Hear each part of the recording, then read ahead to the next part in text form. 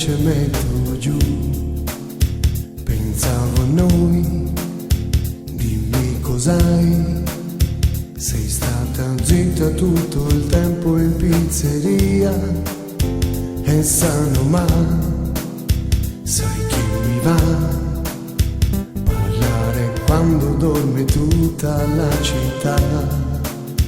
Coraggio dai, io sono qua ad ascoltare se qualcosa più non va.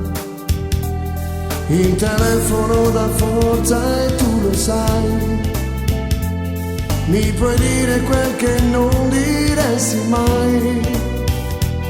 Anche il fatto che ogni tanto ci ripensi a quella storia e se stai male, arrangiati bella mia,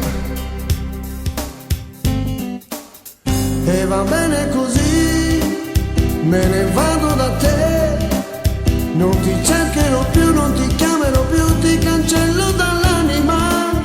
Dimmi almeno chi sei per trattarmi così, quanto male mi fai e poi Marco lo sai, non mangio manco i tuoi.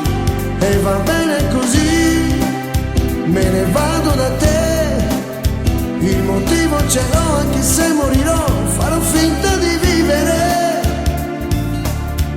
Sarà difficile per me trovare un'altra come te, che sintonizza cuore d'anima.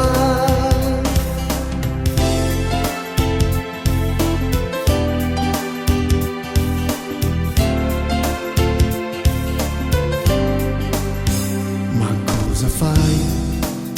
Non parli più, sentivi i passi, allora spegni la TV.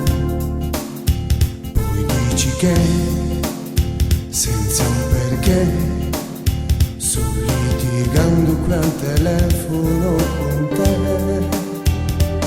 Queste cose sanno un po' di gelosia, ma in amore è giusto pure che ci sia.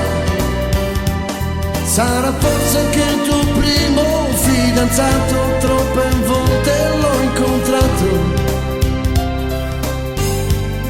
passando per casa tua, e va bene così, non parliamone più.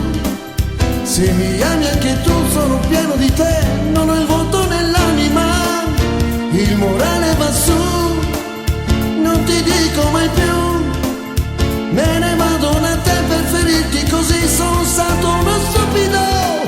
Scusa ancora però, tu non piangere più, altrimenti lo so corro e vengo da te per baciarmi le lacrime.